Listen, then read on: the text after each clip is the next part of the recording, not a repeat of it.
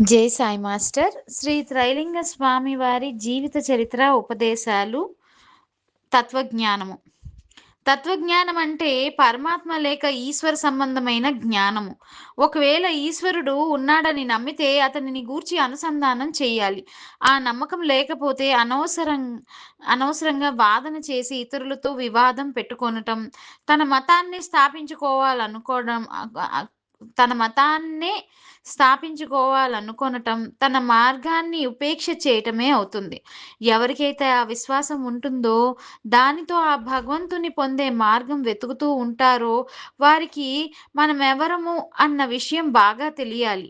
ఒక ప్రణాళికను అనుసరించి భక్తి విశ్వాసములతో సాధన చేస్తే 3 నెలలలోనే ఆత్మదర్శనం తప్పక అవుతుంది. ఆత్మదర్శనమైన వ్యక్తి శాంతితో ముక్తి మార్గంలో అగ్రగామిగా ఉంటాడు. జీవుడు ఆత్మ పరమాత్మలను తెలుసుకోనంత వరకు ముక్తి లభిస్తుందన్న ఆశ లేదు. యోగపూర్ణుడైన వ్యక్తి సూక్ష్మ శరీరాన్ని ధరించి తన ఇష్టానుసారం గమనాగమనములు చేస్తూ ఉంటాడు. అతనికి ఈశ్వర కరుణ శక్తి లభించి చివరికి సర్వజ్ఞుడవుతాడు. మనము ఎవరము అంటే పంచభూతములు, పంచ ప్రాణములు, పంచ కర్మేంద్రియములు, పంచ జ్ఞానేంద్రియములు, మనస్సు, బుద్ధి అనే వాటి సమాహారము. అవి కాక ఈడ, పింగళ, సుషుమ్న, చిత్రనాడులు, అరిషడ్వర్గం అనే మనశ్శత్రువులు, వాసన, చింత, మాయ, ఆశ వంటి పదార్థములు సమాహారమే శరీరము. అవే కాక జ్ఞానము, చైతన్యము, ఆత్మ, జీవాత్మ, పరమాత్మలు కూడా ఉన్నాయి. ఈ అన్ని విషయాల తత్వము బాగా తెలిసిన తర్వాత మనమెవరము, ఈశ్వరుడు మానవ శరీరంలో ఉన్నాడా లేడా అన్న విషయములు చక్కగా తెలుస్తాయి. మనం గుర్తించగలిగితే ఈశ్వరుని కూడా తెలుసుకోగలుగుతాం. ఈశ్వరుడు ఉన్నాడనే విశ్వాసం ఉంటే ఆయన మనకు చాలా సమీపంలో ఉంటాడని తెలుసుకోవాలి. ఆయన మీద విశ్వాసం లేకపోతే ఆయన మనకు చాలా దూరంలో ఉంటాడు. అయితే ఆయన సాక్షాత్కారం మనకు అవుతుందా లేదా అనేది ఇక్కడ చెప్పలేము.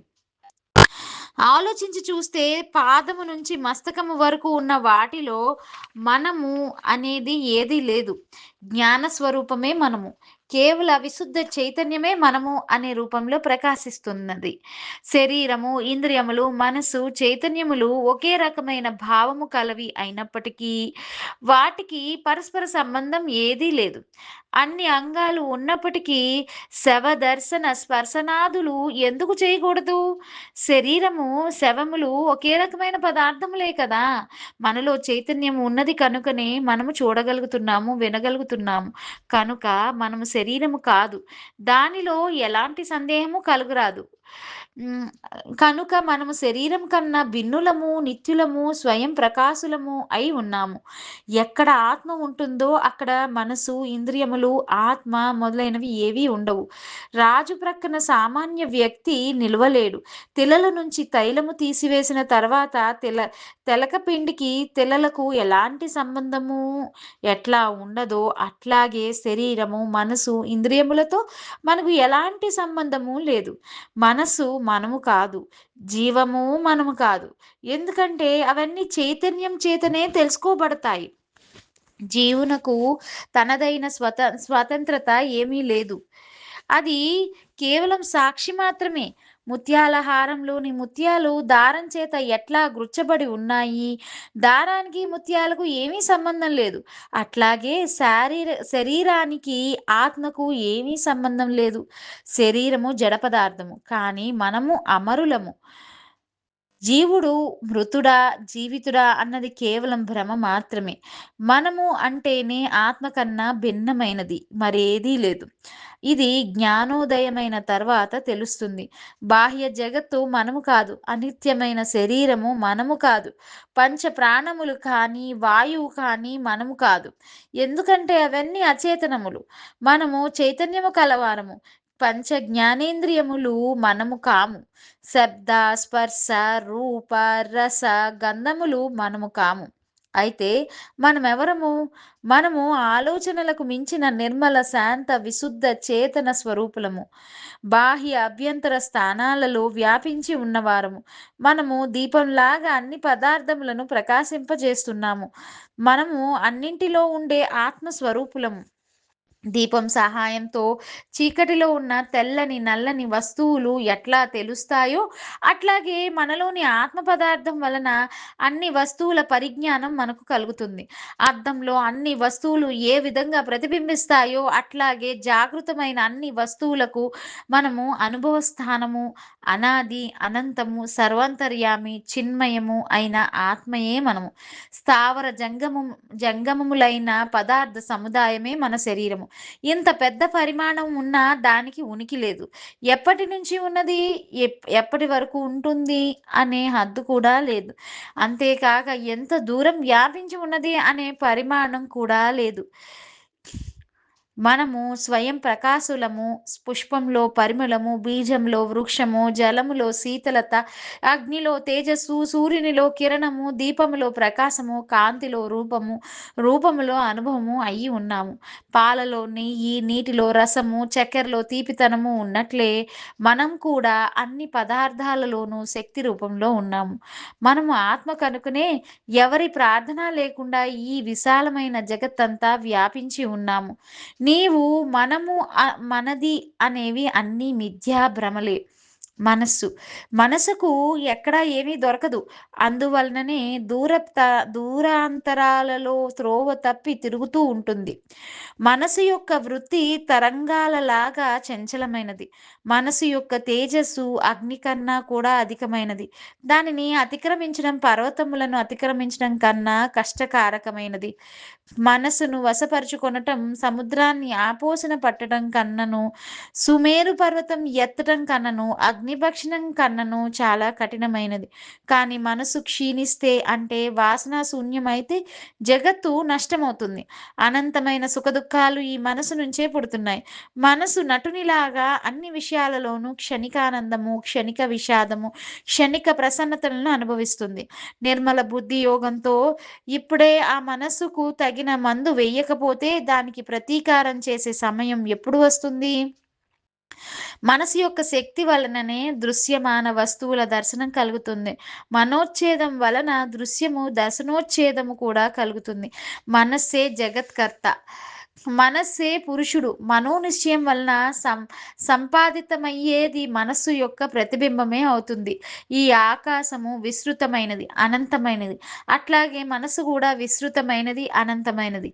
చిదాకారమైన ఈ విస్తృత మనసులోని ఏ అంశంలో చైతన్యం ప్రతిబింబింపబడుతుందో ఆ అంశం ప్రకాశితమై స్థిరత్వాన్ని పొందుతుంది. మనసు యొక్క శక్తి ఎంత ప్రబలమైనదంటే, ఏకీకృత మనసు ఏది చేస్తే అది తప్పక సఫలమవుతుంది. చివరకు బ్రహ్మ వరకు అన్నీ పొందవచ్చును.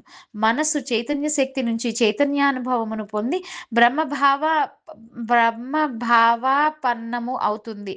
మనస్సు శరీరములు అభిన్నములు. ఆత్మయే మనస్సు. శరీరములను ప్రకాశింపజేస్తూ ఉండటం వల్ల మనసు, శరీరములు అన్ని చేష్టలు కూడా సఫలమవుతాయి. మనసు ఏ వస్తువును వెతుకుతుందో అది తప్పక లభిస్తుంది. మనసు ద్వారానే మనమే పవిత్ర మార్గంలో పెట్టుకోవాలి. మనసు దేనికి అనుసంధానం అవుతుందో కర్మేంద్రియములు దానికి అనుగుణంగా స్పందిస్తాయి. మాలిన్యయుక్తమైన మనస్సునే చిత్తమనవచ్చును. మనస్సు, చిత్తములు ఆత్మ యొక్క క్రియాస్వరూపములే. దానికన్నా భిన్నమైనది ఏదీ లేదు. వాసనలు చిత్తము యొక్క అంశ మాత్రమే. మనస్సే తన వినాశన క్రియను తనలోనే చేసుకుంటుంది. మనస్సు కేవలము తన వినాశము కోసం ఆత్మదర్శనం చేసుకుంటుంది. ఈ అన్ని దుఃఖముల నుండి దూరము కావటానికి మూలం మనోనాశమే. వివేకంతో శోధించడం వలన మనోనాశం అవుతుంది. మనస్సు ఎంత శక్తిని ధారణ చేయగలదనే విషయాన్ని తేలికగా స్పష్టం చేయవచ్చును.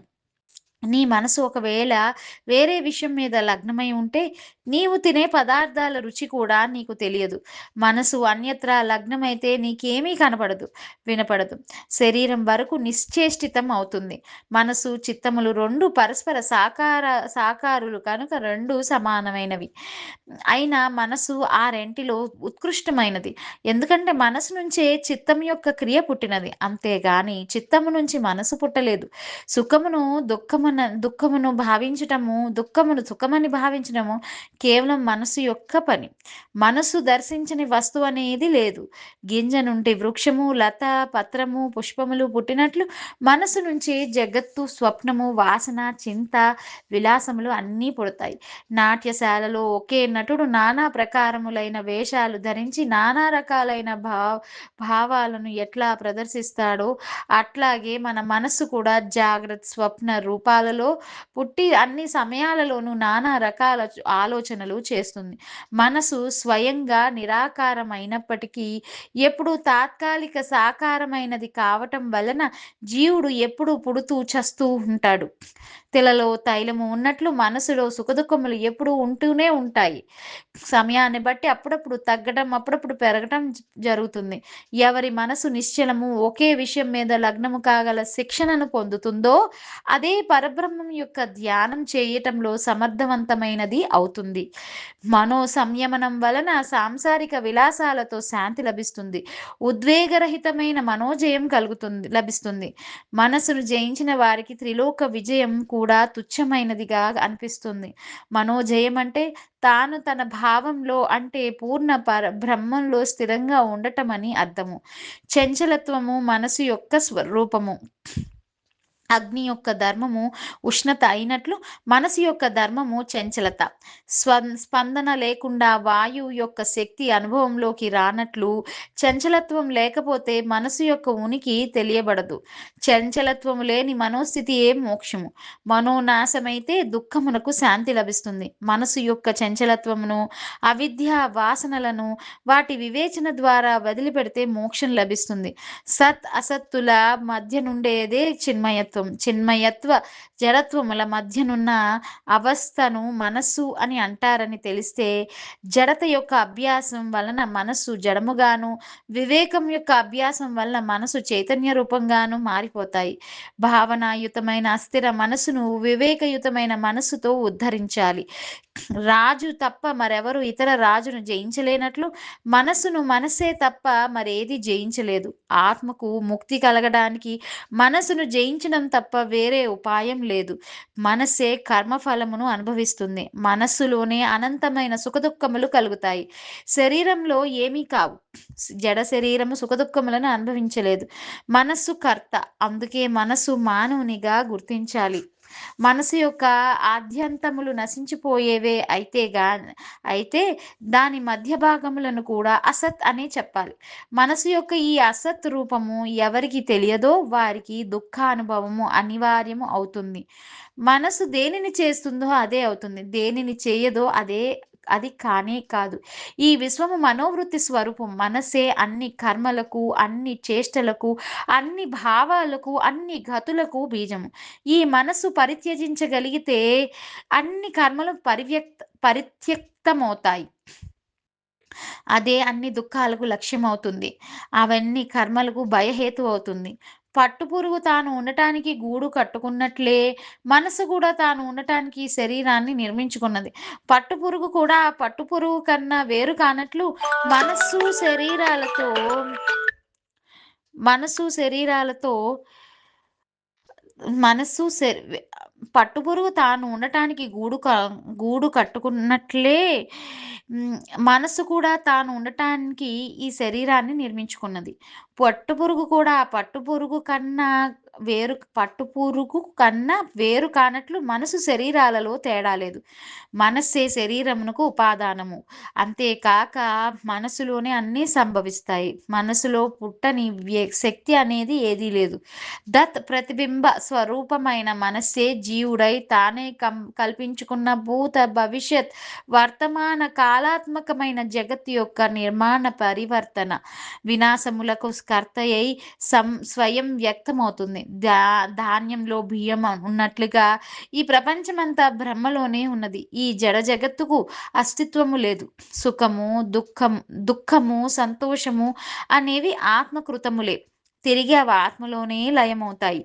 మనస్సు పురుషుడు కనుక అది మంచి మార్గంలో ముందు నడవాలి. చిత్తము ప్రకృతి స్వరూపం. మనసు ధర్మ విశిష్టమవుతుంది. అది దర్శన ధర్మాన్ని పొందినప్పుడు కళ్ళుగాను, శ్రవణ ధర్మాన్ని పొందినప్పుడు చెవులుగాను అవుతుంది. అందువలన మనము మనస్సును కర్మ బీజం అనవచ్చును.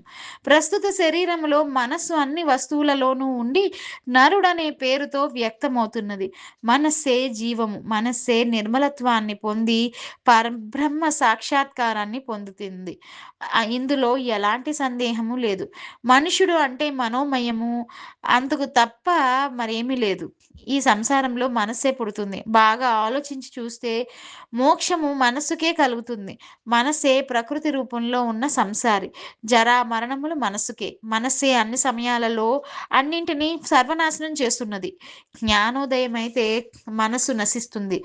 అద్దం ముందుంచిన వస్తువును పక్కకు జరిపినప్పుడు దాని ఛాయ ఎట్లా కనిపించదో అట్లాగే ప్రాణశక్తులను నిరోధించినప్పుడు మనోనాశం అవుతుంది. ఎందుకంటే మనసు ప్రాణం యొక్క రూపాంతరమే. ప్రాణమే ఒక తన స్పందన శక్తి ద్వారా దేశాంతరములైన అన్ని వస్తువులను హృదయంగమము చేసుకుని దాని అనుభవమును పొందుతుంది. ఆ విధంగా మనసు తయారవుతుంది. రాతిలో మండే శక్తి లేనట్లుగానే మనసుకు అనుభవ శక్తి ఉండదు. అనుభవ శక్తి ప్రాణవాయువులో ఉన్నది. ప్రాణవాయువు, ఆత్మ అనే ఉభయ శక్తుల సంయోగాన్నే మనస్సంటారు. మనస్సే కర్త. మనసు దేనిని సంకల్పిస్తే అదే అవుతుంది. ఎక్కడ మనసు ఉంటుందో అక్కడ ఆశ, దుఃఖాలు, సుఖదుఖాలు ఉంటాయి. మన్ అంటే మనము చేసేది అని అర్థం. కల్పించగల సామర్థ్యం కలిగినది కావటం వల్ల మనసు అనిపించుకుంటుంది. మనసు చైతన్యము జడముల మధ్యన ఉండి జీవవృద్ధి, చిత్తము మొదలైన వాటితో కలిసి అభిహితమవుతూ ఉంటుంది. మనోనాశం అయ్యే వరకు వాసనాక్షయము కాజాలదు. చిత్తం యొక్క స్వాభావిక ధర్మం విషయానురాగము. ఒడ్డున ఉన్న చెట్టును నది గ్రహించినట్లుగానే వృత్తిశాలి అయిన చిత్తము మనిషిని గ్రహిస్తూ ఉంటుంది. జలప్రవాహం ఆనకట్టలతో బంధింపబడినట్లు మనుషుడు చిత్తము చేత బంధింపబడతాడు. వేలాడే త్రాడు పైకి క్రిందికి వేలాడుతున్నట్లు మనుష్యుడు కూడా చిత్తము, మనసుల ద్వారా ఒకసారి ఊర్ధ్వగామి, మరోసారి అధోగామి అవుతాడు. గ్రద్ద హఠాత్తుగా చేపను పట్టుకున్నట్లు చిత్తం యొక్క సాహసము వలన విషయములందు ఆసక్తి కలుగుతుంది. చంచల చిత్తము గల మనుష్యులు ఏ విషయం మీద ఏకాగ్ర చిత్తులు కాలేరు. బుద్ధిలో ఉన్న ఆత్మయే చిత్తము. చిత్తం యొక్క వాసనలు క్షణిక క్రియాదశలో ఉన్నప్పుడు చిత్తము జీవి అనబడుతుంది. అది భ్రమించినప్పుడు శరీరము అనబడుతుంది. చిత్తం యొక్క కల్పన శాంతించినప్పుడు అది పరబ్రహ్మం అని గ్రహించాలి. విషయ వాసనలతో కప్పబడిన చిన్మాత్రలో ఉన్నది వికల్పముల చేత కలుషితమైనది చిత్తత్వమే జీవుడని చెప్పబడింది. చిత్తం యొక్క స్వరూపమే ఈ ప్రపంచమంతా నిండి ఉన్న దృశ్యము. యోగాసక్త చిత్తము ఏ కర్మను చేయకపోయినప్పటికీ కర్త అవుతున్నది. చిత్తము నుంచే సంసారం వచ్చింది. ఈ సంసారము చిత్తమయము. చిత్తము అందే ఈ సంసారము నిలిచి ఉన్నది. చిత్తము ఎట్లా ఉంటే పురుషుడు కూడా అట్లా ఉంటాడు. ఆత్మయే చిత్తము. అదే చిత్తమునకు కారణం. ఆ చిత్తము ద్వారానే కర్మమయములు, వాసనామయములు, మనోమయములు అయిన అన్ని శక్తులు సంచరిస్తూ ఉంటాయి. దృశ్యమానమవుతాయి. అనుభవం ద్వారా తెలుస్తాయి. వాస్తవానికి అన్ని జీవములు, అన్ని పదార్థములు బ్రహ్మ నుంచే పుడుతున్నాయి. అందులోనే విలీనమైపోతున్నాయి. మోహము వలన జర, మృత్యువు వలన చిత్తము బాధింపబడతాయి. ఆత్మ యొక్క ఇచ్ఛా వికృతియే చిత్తము. ఇది తన ఉత్పత్తి కారణమైన ఆత్మ పదమును మర్చిపోయి కల్పనా ప్రసూతములైన అనర్థములకు కారణమవుతున్నది. ఆత్మ తేనెటీగలాగా బంధనములలో చిక్కుకుపోతుంది. శబ్దాది తన్మాత్రల సమూహము దాని అవయవ స్వరూపము. జరా మృత్యువులచే చుట్టబడిన విషవృక్ష సదృశమైనది చిత్తము. చిన్న గింజలో మహాకాండమున్న వటవృక్షం ఉన్నట్లే ఆశాపాసములను తయారు చేసే అఖిల సంసార చిత్తములోనే వ్యవస్థితమై ఉన్నది. అదే చిత్తము అగ్నికీలలో దగ్ధమై కోసరూపమైన కొండ చిలువ ద్వారా చిరువితమై కామ తరంగములచే కట్టబడి ఆత్మరూపుడైన పితామహుని మూల కారణుడుని మర్చిపోతుంది. శోకము చేత విలుప్తమైన చైతన్యము విషయాగ్నిలో దగ్ధమవుతూ ఉంటుంది. అలాంటి చిత్తము వర్తమాన శరీరమును వదలవలసి వచ్చినప్పుడు దాని విచ్ఛేదమునకు ఎక్కువ భయపడుతోంది. ఎందుకంటే అది దేహము, ఇంద్రియములనే శత్రు వలలో ఎట్లా విశ్వాసంతో ఉంటుంది? ఈ దృశ్య ప్రపంచమయ లక్షణమే చిత్తస్వరూపము. అది తప్ప దానికి వేరే స్వరూపం లేదు. ఈ జగత్తు, ప్రపంచము అన్నీ కేవలము ఆత్మయే. అట్లా తెలుసుకోకపోతే ఈ దృశ్య జగత్తంతా దుఃఖప్రదమే అవుతుంది. తెలుసుకోగలిగితే మోక్ష సుఖాన్ని ప్రసాదిస్తుంది. ద్రష్ట దృశ్యములకు మధ్యవర్తి అయిన అవస్థయే చైతన్యము. చిత్త కల్పన మీద ఆధారపడి ప్రకాశించినప్పుడు అది తన చిత్త స్వభావమును మర్చిపోయి జగత్ చేత చుట్టబడుతుంది. బొమ్మలోని రాజు ఆకారము భయంకరమైన యుద్ధము చేయలేనట్లు, మృతదేహము ఎక్కడికి పోలేనట్లు, శిలాఖండము మధుర గీతాన్ని ఆలపించలేనట్లు, కృత్రిమ సూర్యుడు చీకటిని పోగొట్టలేనట్లు మిథ్యాభ్రమతో మునిగిన చిత్తము ఏ పని చేయలేదు. వాస్తవంలో ఏదో చేస్తున్నట్లు కనిపించేది ప్రాణాది వాయువుల క్రియయే. చీకటిలోకి వెలుగు రేఖ ప్రకాశించినప్పుడు చీకటి దూరమైనట్లు పరమాత్మ సాక్షాత్కారం కాగానే చిత్తము యొక్క అస్తిత్వం ఉండదు. అందువలననే చిత్త ప్రకాశము విడిగా ఉండదు. మనమే ఆత్మ, మనమే జీవము అనే జ్ఞానము వేరే చిత్తము. అంతేకాక అలాంటి చిత్తము అనాది అనంతము అయిన దుఃఖమును విస్తరింపజేస్తుంది. చిత్తమును నాశనము చేయదలిస్తే మొదట చిత్తవృత్తులను నాశనము చేయాలి. అప్పుడు చిత్తము సహజంగానే నాశనమవుతుంది. జై సాయి మాస్టర్.